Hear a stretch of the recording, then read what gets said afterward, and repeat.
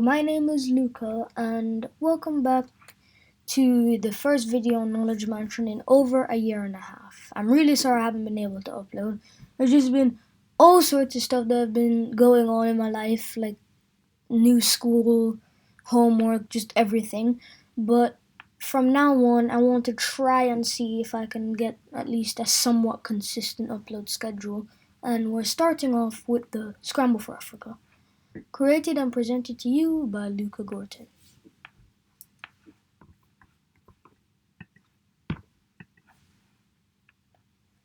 What is the Scramble for Africa? The Scramble for Africa was the occupation, division, and colonization of African territory by European powers during the period of new imperialism between 1881 and 1914. What led to the Scramble for Africa? A large number of historians credit the beginning of the Scramble for Africa to the Berlin Conference of 1884 and 1885. The purpose of this conference was to control and regulate how Europeans would conduct trades in Africa, as well as how they would divide Africa among themselves, most notably the French and British empires. Another reason the Scramble for Africa happened was at the time many European nations' economies were struggling. Therefore, colonizing Africa would not only give various empires large amounts of natural resources and unique goods, it would also open up lucrative trade and trade routes. Industrialization. Another reason for the Scramble for Africa was industrialization. The Industrial Revolution created a demand for raw materials, for example, metals, timber, and rubber.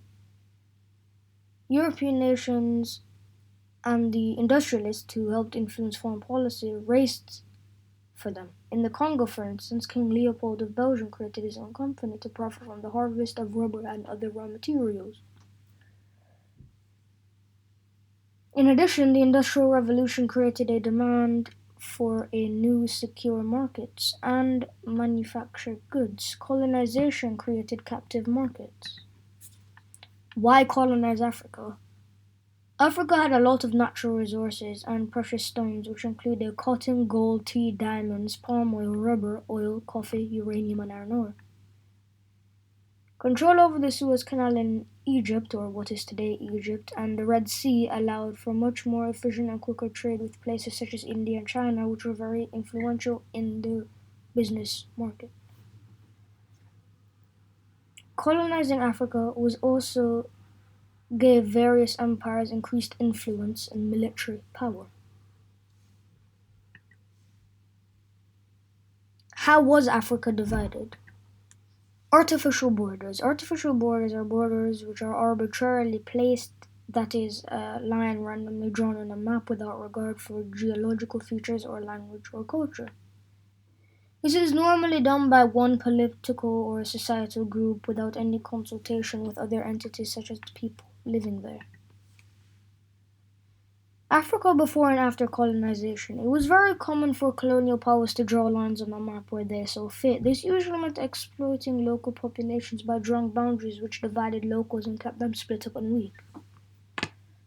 This was done in order to prevent major rebellion, for example, what the British did in Sudan. The British created boundaries between Hutus and Tutsis, which were two tribal groups. The land given to each group overlapped with their ethnic territory, Hutus on Tutsis' land and Tutsis on Hutus' land.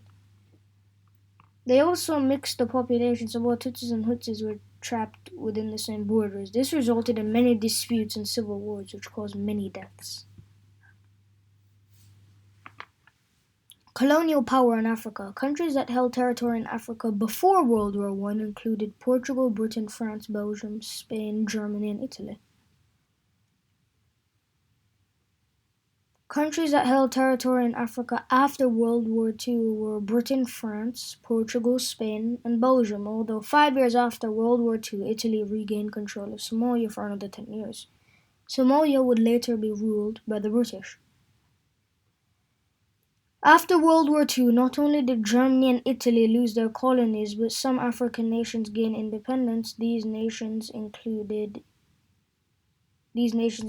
Egypt, Libya, Eritrea, and Ethiopia. Ethiopia annexed Eritrea to gain a coastline. Eritrea today is independent and Ethiopia is landlocked.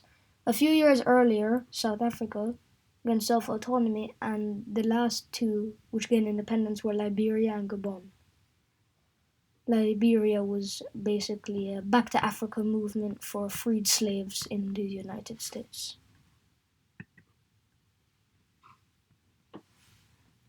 '50s to '80s. Between the '50s and the '80s, many countries in Africa gained independence. However, in this time period, there were still territories in Africa still owned by former colonial powers. For example, the British owned Rhodesia, which is now Zimbabwe. Independence. After the '50s and '80s, almost all, if not all, countries in Africa gained independence, which has led us to the world we have today, although some of the artificial map drawings still affect the continent to this day, for example, the civil wars in South Sudan. Interesting fact, before the Scramble for Africa began, Portugal was the first country to establish links to the continent. They traded guns and gunpowder in return for raw materials and sometimes slaves.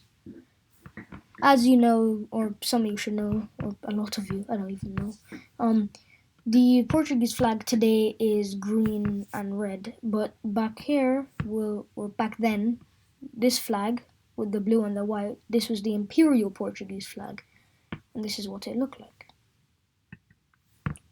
Here are my sources. You can see them here.